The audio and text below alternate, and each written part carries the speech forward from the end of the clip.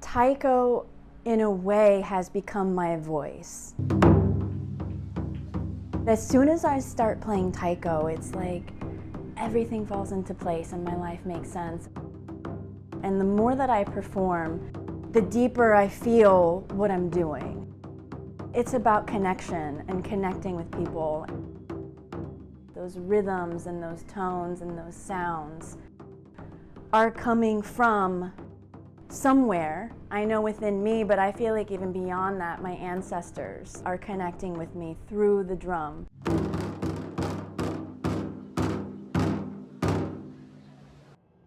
I am a musician and I compose music.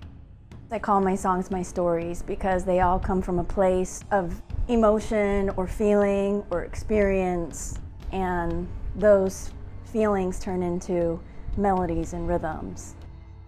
Even as a child, I knew that I was different from everybody else.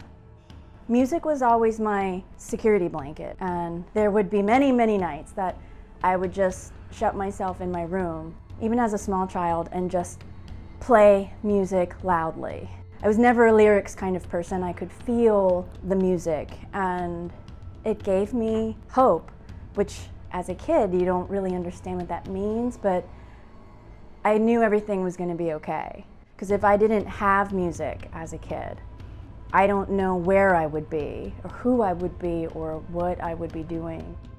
My mom was the choreographer for the local Japanese dance troupe in Central Florida, and so I grew up going to all of those rehearsals and all the festivals, and there is a duo at the time, husband and wife, who I always saw playing.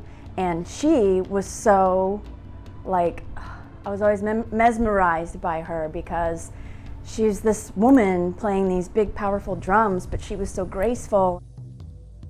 When I was a teenager, they actually asked my mom if they could train me because they were in need of people, and I was like, no, I could never do that.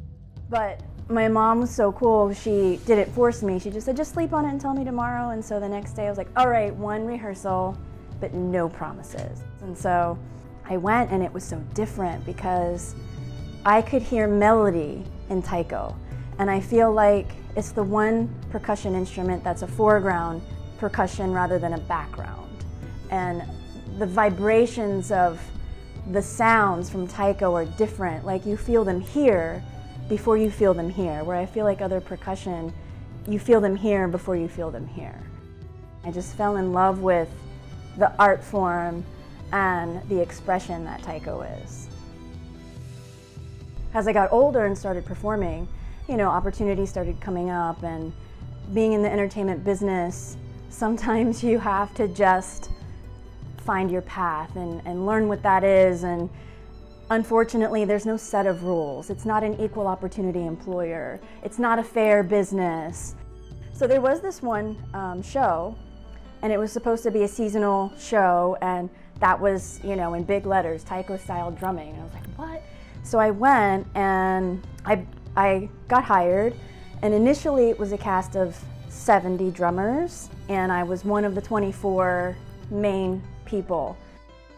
I was just so grateful and so proud, and it was super fun, and the show was successful, so they kept extending it.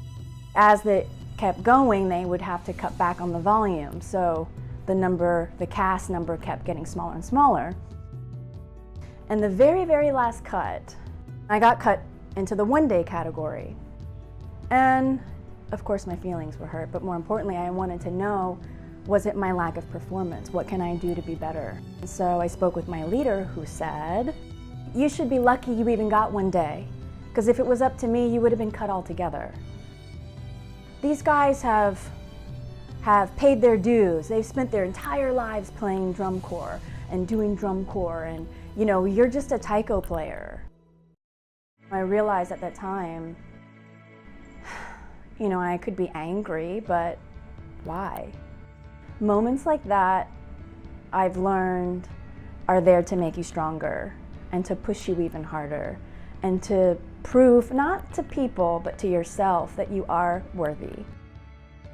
I don't want to ever stop doing it, and even if my body might start, my arms might start falling off, I'll have to figure something out that time, because I can't imagine doing anything else for the rest of my life.